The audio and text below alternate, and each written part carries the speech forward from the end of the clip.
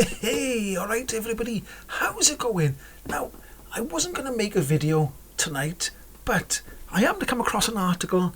I got it by here. It was on GB News. I don't look at GB News as a rule. I was just looking at electric vehicle news, and it popped up, and I thought, let's go and have a peek down at the comment section, because I like to go to these like GB News and stuff like that.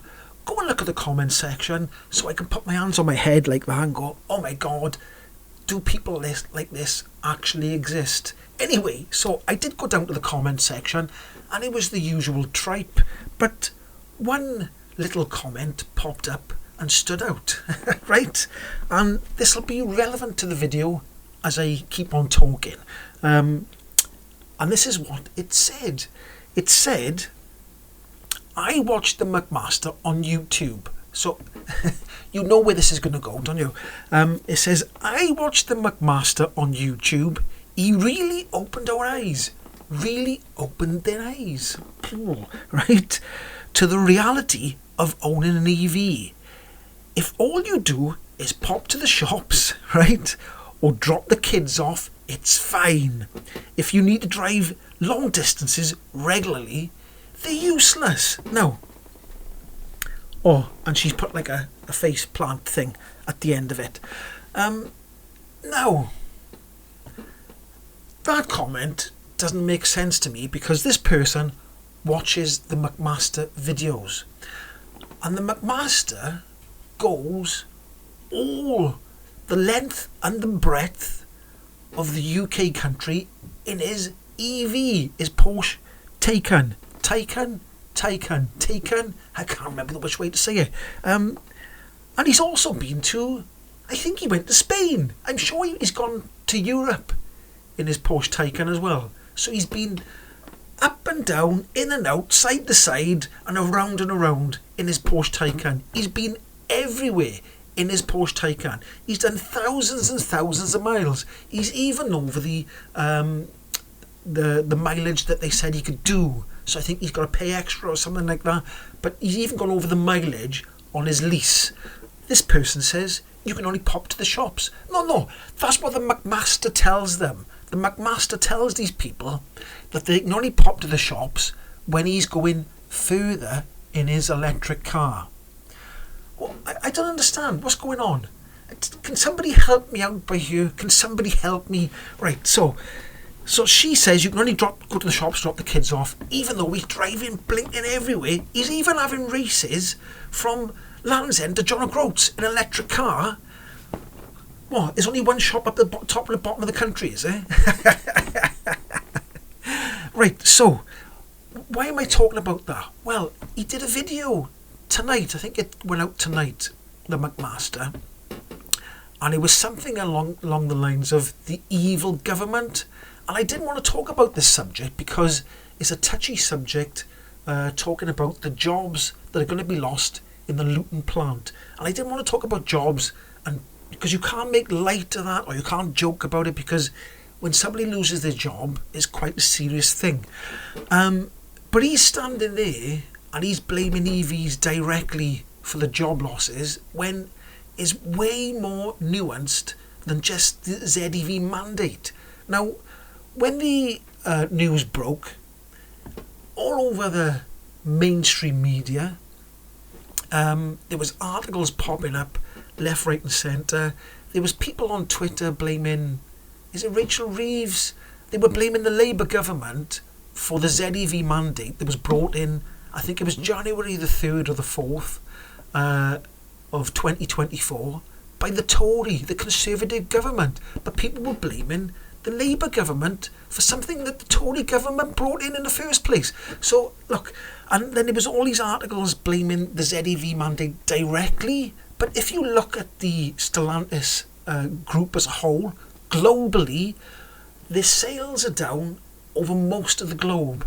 I think their sales are up in Mexico. You can correct me if you're wrong, but I think Stellantis sales are up in Mexico.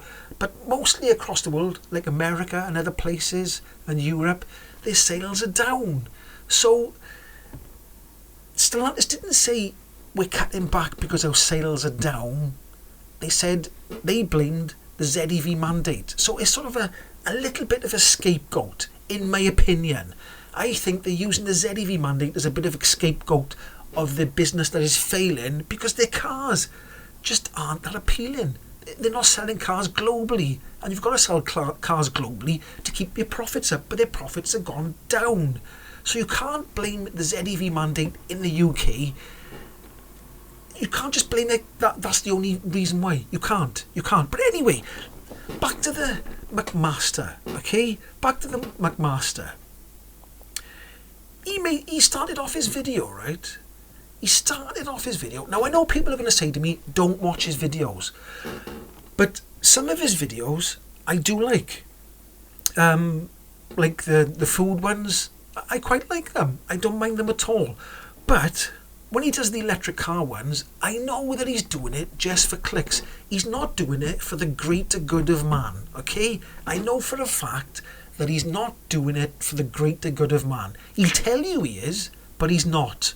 Now, he can come on my channel and comment if he wants and tell me that I'm a liar. But I know his gig. I know what he's up to, because the video he just did, it started off with him begging for people to subscribe. He begged for people to subscribe to his channel first of all, right? Then he starts going on about the government, and it's all, it's all a way of controlling us, blah, blah, this, blah, blah, that. You know the thing. And then if you go and look in his comment section, somebody mentioned that they prefer to have cleaner air. And he said something about, it's nothing to do with cleaner air, it's the government, it's all a con. And he said, I'm here to stop the government from doing the silly EV mandate thing. Or something along them lines. It was something like that, okay? So he's pretending to be a man of the people, right? Sticking up for the people, right? When he drives round in a £120,000 Porsche Taycan, drives everywhere from the length and breadth of the country, right? Probably has more money than a lot of people who are a lot poorer who subscribe to him, and he's just feeding in the same line over and over again. He's sort of brainwashing them. In my opinion, he's brainwashing them. And the point I wanted to get to, this is the point I was trying to get to. I know it's taken me ages to waffle to get to the point.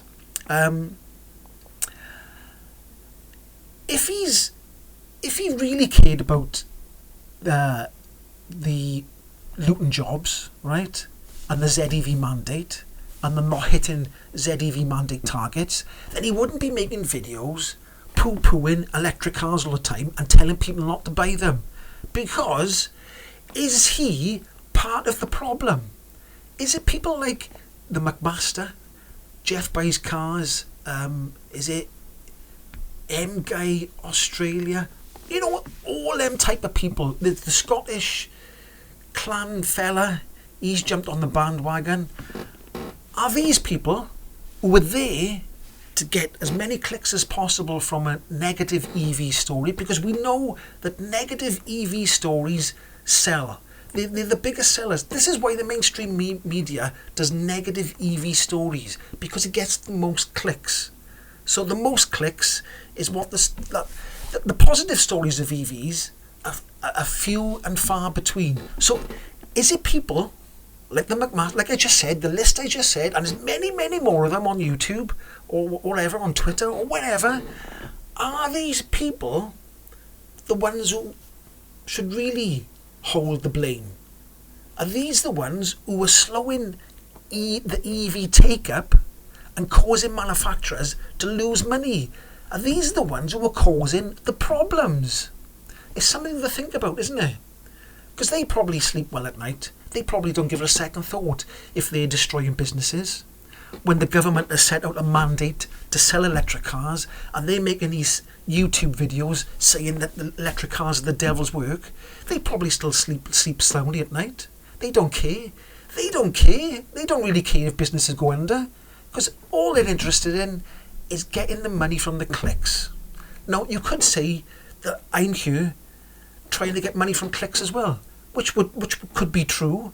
But the thing is, I don't get much money from clicks because I'm trying to push a more positive EV narrative, and I know for a fact that pushing a more positive EV narrative is never going to give me thousands and thousands and thousands of views and loads of money coming my way.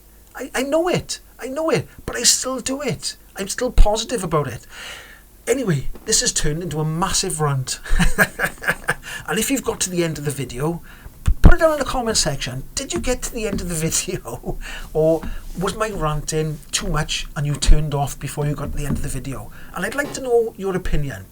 Is it people like this who are part of the problem and they're causing the biggest problems for car manufacturers? Put it down in the comment section. I'd be interested to know. Anyway, if you did like this video, or if it did make any sense, don't forget to subscribe, right? Comment down below, give it a like, do all the nice things, because like I said, positive EV videos don't get that much traction. Anyway, catch you in the next one. Ahoy!